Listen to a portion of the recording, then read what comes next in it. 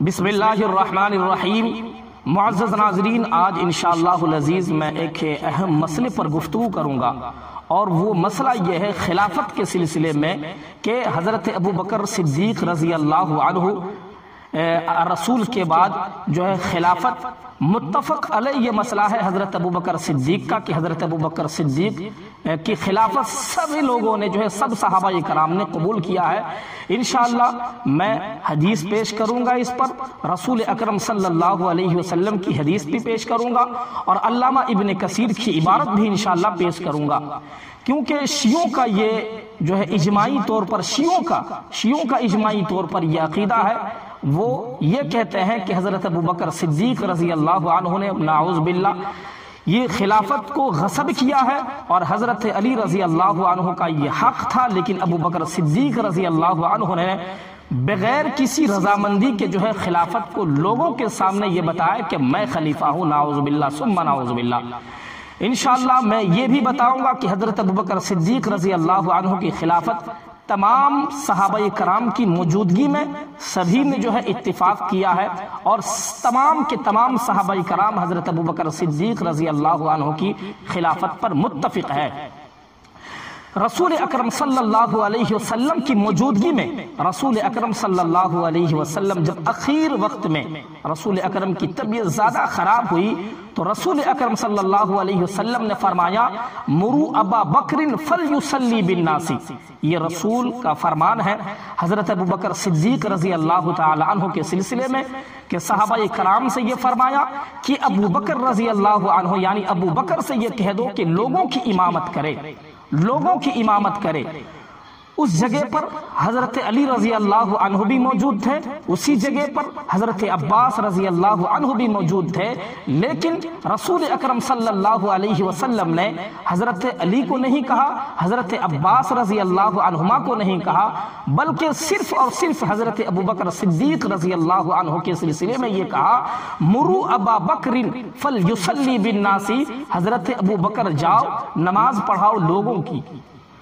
تو اس سے بھی پتہ چلتا ہے کہ رسول اکرم صلی اللہ علیہ وسلم کے بعد جو خلافت کا سب سے زیادہ مستحق ہے وہ حضرت ابو بکر صدیق رضی اللہ عنہ کی ہے۔ ایک دوسری بات، رسول اکرم صلی اللہ علیہ وسلم کی انتقال کے بعد تمام صحابہ کرام نے اجماع ہو کر حضرت ابو بکر صدیق رضی اللہ عنہ کے ہاتھ پر بیعت کیے ہیں، اور باقاعدہ ابن کثیر علیہ الرحمن اس کا تذکرہ کیا ہے البدایہ والنہایہ میں۔ عبارت یہ ہے وَقَدْ اتَّفَقَ الصَّحَابَةُ رضی اللہ عنہم علی بیعۃ الصدیق فی ذلک الوقت حتی علی بن ابی طالب وزبیر بن العوام۔ ابن کثیر رحمہم اللہ فرماتے ہیں کہ حضرت ابو بکر صدیق کی خلافت پر تمام صحابہ کرام متفق ہیں، اور خصوصاً حضرت علی رضی اللہ عنہ کا تذکرہ کیا ہے، اور حضرت زبیر بن العوام رضی اللہ عنہ کا تذکرہ کیا ہے، کہ ان دونوں صحابہ کرام نے بھی حضرت ابو بکر صدیق رضی اللہ عنہ کے ہاتھ پر بیعت کی ہے، اور حضرت ابو بکر صدیق رضی اللہ عنہ کی خلافت پر دونوں خوش تھے۔ انشاءاللہ یہ عبارت جو ہے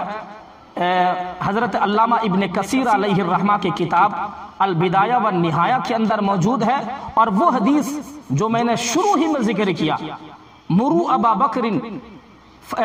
ابا بکر صدیق رضی اللہ عنہ فلیصلی بالناس، یہ حدیث بھی بخاری اور مسلم کے اندر موجود ہے۔ صحیح مسلم کتاب الصلاۃ کے اندر حدیث نمبر 673 کے اندر یہ حدیث موجود ہے، صحیح بخاری کے اندر اور حدیث صفحہ نمبر 252 پر یہ حدیث موجود ہے۔ جن حضرات کو تلاش کرنا ہے وہ ان کتب میں آ کر دیکھ سکتے ہیں، تحقیق کر سکتے ہیں کہ رسول اکرم صلی اللہ علیہ وسلم کے زمانے ہی میں رسول اکرم صلی اللہ علیہ وسلم نے فرمایا مرو ابا بکر فلیصلی بالناس، اے ابو بکر جاؤ اور لوگوں کے لیے امامت کرو۔ تو رسول کی زندگی ہی میں یہ معلوم ہو چکا ہے کہ رسول اکرم صلی اللہ علیہ وسلم کے بعد خلافت کا جو سب سے زیادہ مستحق ہے وہ ابو بکر صدیق رضی اللہ عنہ کی ہے۔ ایک اور دوسری بات انشاءاللہ العزیز میں بات کو وضاحت کے ساتھ لے کے چلوں گا، ایک شیعہ عالم جو آپ کے یہاں بھی معتبر ہے اور ہمارے یہاں تو شیعہ علماء کا کوئی اعتبار نہیں ہے، لیکن پھر بھی آپ کی عبارت اس لیے پیش کر رہا ہوں کیونکہ وہ شیعہ عالم قدیم عالم ہے اور وہ حضرت ابوبکر صدیق رضی اللہ عنہ کی خلافت پر راضی ہے۔ شیعہ عالم ایک محمد بن حسن نوبختی اپنی کتاب الفرق الشیعہ کے اندر صفحہ نمبر 30 پر لکھتے ہیں حضرت علی نے ابو بکر و عثمان کی خلافت کو تسلیم کر لیا تھا اور اس پر راضی ہو گئے تھے، اور بغیر کسی جبر کے، یہ بات میں اس لیے کہہ رہا ہوں بغیر کسی جبر کے کیونکہ یہ شیعوں کا عقیدہ ہے کہ حضرت ابو بکر صدیق رضی اللہ عنہ نے نعوذ باللہ حضرت علی سے خلافت کو غصب کیا ہے۔ الزام ہے حضرت ابو بکر صدیق رضی اللہ عنہ پر۔ میں ان سے یہ کہنا چاہتا ہوں اگر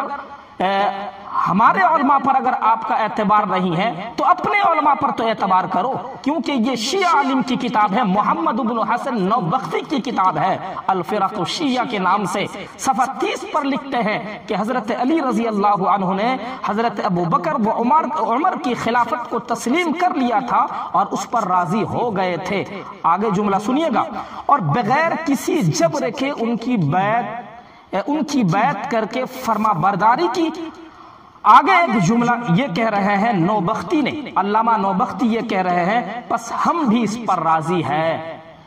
یعنی وہ شیعہ عالم یہ کہنا چاہتا ہے کہ ہماری جماعت جو شیعہ ہے ان کو بھی یہی سوچنا چاہیے، یہی کہنا چاہیے کہ حضرت ابو بکر کی خلافت پر بغیر کسی فصل کے رسول اکرم صلی اللہ علیہ وسلم کے بعد تسلیم کر لینی چاہیے۔ اللہ کے فضل و کرم سے ہم نے البدایہ والنہایہ کا حوالہ دے کر میں نے آپ کے سامنے یہ بتایا کہ تمام کے تمام صحابہ متفق ہے حضرت ابوبکر صدیق رضی اللہ عنہ کی خلافت پر، اور میں نے ایک عبارت بھی آپ کے سامنے البدایہ والنہایہ کی جو ہم نے پیش کر دی، جو حضرت علی بن ابی طالب، حضرت زبیر بن العوام رضی اللہ عنہما کو دونوں کو خاص کیا ہے کہ ان دونوں نے بھی جو ہے خلافت کو قبول کیا ہے، تسلیم کیا ہے، اور دونوں حضرات راضی بھی تھے۔ اس کے بعد رسول اکرم صلی اللہ علیہ وسلم کی موجودگی میں ہی ایک عبارت میں نے پیش کر دی، مرو ابا بکر فلیصلی بالناس۔ اس حدیث سے بھی پتہ چلتا ہے، یہ صحیح مسلم اور صحیح بخاری کی حدیث ہے، اس سے بھی پتہ چلتا ہے کہ رسول اکرم صلی اللہ علیہ وسلم کے جانے کے بعد سب سے پہلا جو خلیفہ کا حقدار ہے وہ حضرت ابوبکر صدیق رضی اللہ عنہ ہے۔ ایک دوسری بات جو اہم بات ہے، میں وہ بتا کر انشاءاللہ بات میں اپنا مکمل کر لوں گا۔ وہ کہتے ہیں کہ حضرت علی رضی اللہ عنہ کی فضائل بھی ہے۔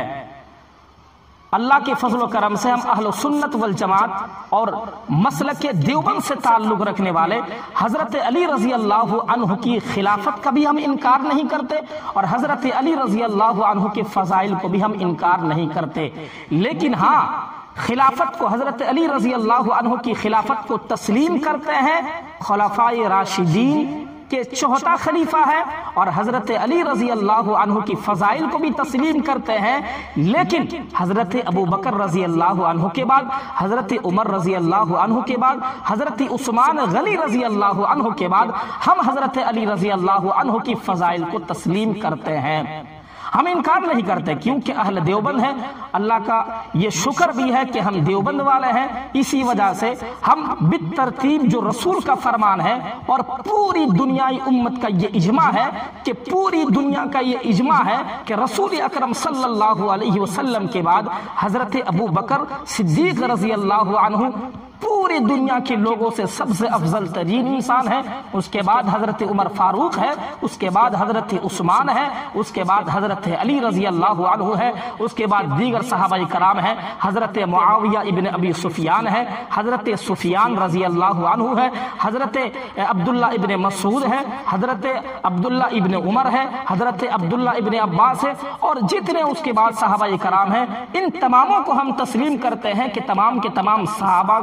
صحابہ کرام کے فضائل موجود ہیں، اور اسی وجہ سے تمام کے تمام احادیث کی کتب میں مناقب صحابہ کرام کے نام سے